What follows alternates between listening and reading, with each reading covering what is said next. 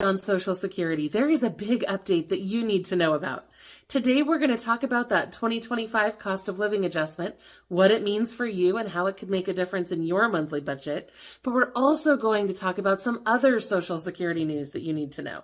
So let's dive right in. Of course, we're going to start off with that COLA adjustment because that's the big news that everyone's been waiting for all year long. So for those of you who don't know, COLA stands for cost of living adjustment. It's an increase to the benefits that happens every year. It's always announced in October, and they just announced that benefits will increase by 2.5% next year. Now, I know that doesn't sound like a lot, but every little bit counts when you're on a fixed income, right? So what does this 2.5% increase mean for you? The Social Security Administration estimates that the average Social Security retirement benefit payment will increase by around $50 a month. This change will take effect in January of 2025 for Social Security beneficiaries and on December 31st of 2024 for people who receive SSI.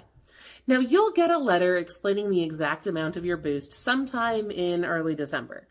This year's letter will look a little different than it has in years past, because this is the first year that the government will be issuing what they're calling the newly designed and improved COLA notice, which should make it easier to understand the changes to your benefits. The new letter will only be 1 page long. It will use plain and personalized language and provide the exact dates and dollar amounts of your new benefits, as well as any deductions that they may be applying to those benefits. Now, if you don't want to wait to see that letter, you can view it online if you have a My Social Security account. If you don't already have one of those accounts, you can still create one. As long as you create the account by November 20th, that letter should be visible to you. You can sign up for that at ssa.gov/myaccount.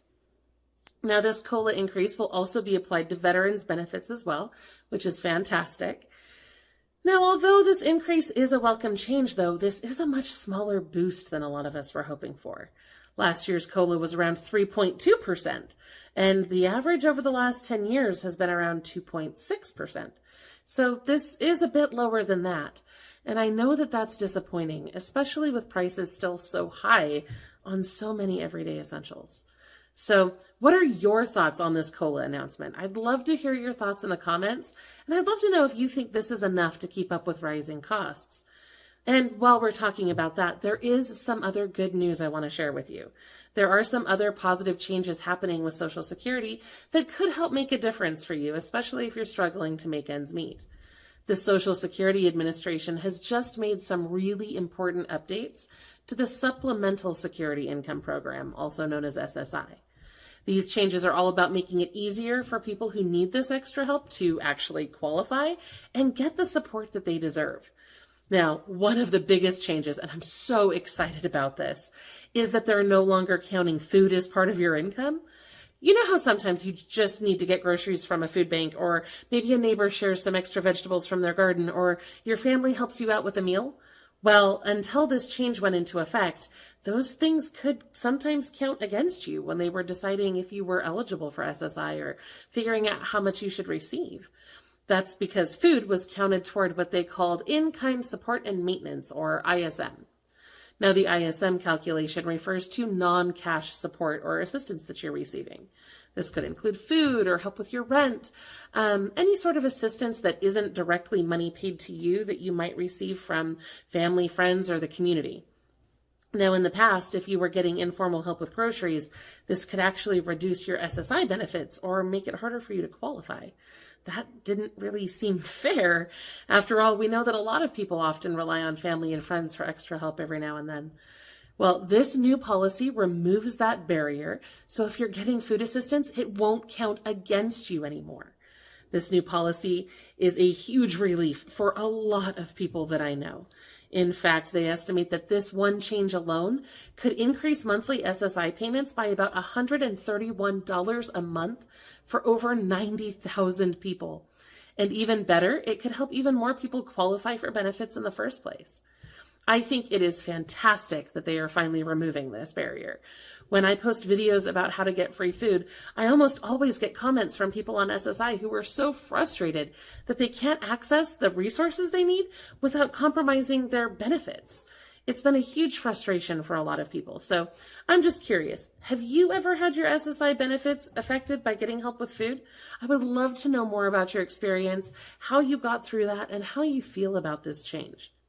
Now, while we're talking about that, they've also made some changes to how they handle rental assistance. So if you're getting help with your rent, it's less likely to affect your SSI benefits going forward. This is a nationwide change now, so it applies to everyone, no matter where you live. And the Social Security Administration estimates that this could mean an extra $132 a month for about 41,000 people. And finally, they've also expanded the definition of what they consider a public assistance household. This basically means that people who are already getting help from other programs like SNAP benefits for food might now qualify for SSI as well. This is really important because it can help simplify things and make it easier for people to get the help they need. And I am all about making it easier to navigate these complex government programs that are supposed to help you out, but sometimes just make your life harder. Now, all of the changes we just discussed are already in effect as of September 30th. So if you think you might qualify for SSI now, or if you've been denied in the past, it's definitely worth checking out again. Remember, SSI helps both adults and children. You just need to have little to no income or resources and be either blind or disabled or over the age of 65. You can start the SSI application process on the Social Security Administration website at ssa.gov/SSI. And that's not all. The Social Security Administration is also working hard to make the whole process of applying for benefits easier and less stressful on everyone. We've seen a lot of changes coming out in recent months that are streamlining the process of getting benefits. Now, if you've ever had to fill out Social Security forms, you probably know how frustrating it can be when a small, seemingly insignificant mistake like missing a signature line can delay your benefits or even cause your claim to be denied or sent back. Well, the good news is that the SSA is taking steps to reduce that burden as well. So think about how much easier this can be. No more searching for a pen, no more trips to the post office, no more worries about your application getting lost in the mail. This is a very big deal because it can drastically speed up the application process and make things a lot less stressful for people who are applying. In fact, they've already made that change for over 30 of their most common forms, which is fantastic news. This change alone impacts about 90% of the most commonly used Social Security forms, which means that it's already gotten so much easier to do the majority of that paperwork. So if you're applying for Social Security benefits or managing your existing case, you won't have to worry about getting stuck in the process just because of a missing signature or having to send something through the mail. I know I have a piece of mail on my desk that I am supposed to return to an agency, and it's been sitting there for a long time because I just don't go to the post office that much. I don't keep envelopes and stamps around. So anything that can be done electronically, I think, is a great improvement. So yeah, in addition to that, they're also making it easier to do other things online as well. So if you have a My Social Security account, you can now access even more information and services online. You can see your Social Security statements, track the status of your claims, calculate your potential retirement benefits, all from the comfort of your own home. It's all right at your fingertips. Now, this can save you a lot of time and hassle, and it puts you in control of your information. They recently updated the My Social Security portal to include more features. So now you can get even more types of notices. I think they said it was notices across 60 different categories that you can get through the My Social Security portal now. And this includes everything from those COLA adjustment letters we just talked about earlier, to your 1099 tax forms, to benefit rate increase notices, and even appointment confirmations, from what I read. So having a My Social Security account is really one of the best ways to stay on top of your benefits. Make sure that you're getting everything you're entitled to. You can sign up for that very easily. It's on the Social Security website. I believe the link is ssa.gov/myaccount. Pretty straightforward, pretty easy. You can just go on there and get signed up for that if you don't already have it.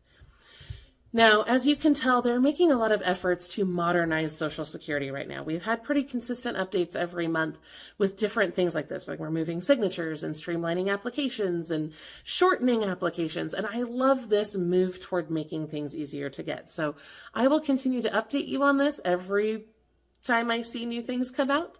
That's what this channel is all about. So That's all I have for you in this month's Social Security update, but be sure to check out our other recent videos for more ways that you can save money and get free stuff. I really appreciate you taking the time to watch this video, and I will see you again soon.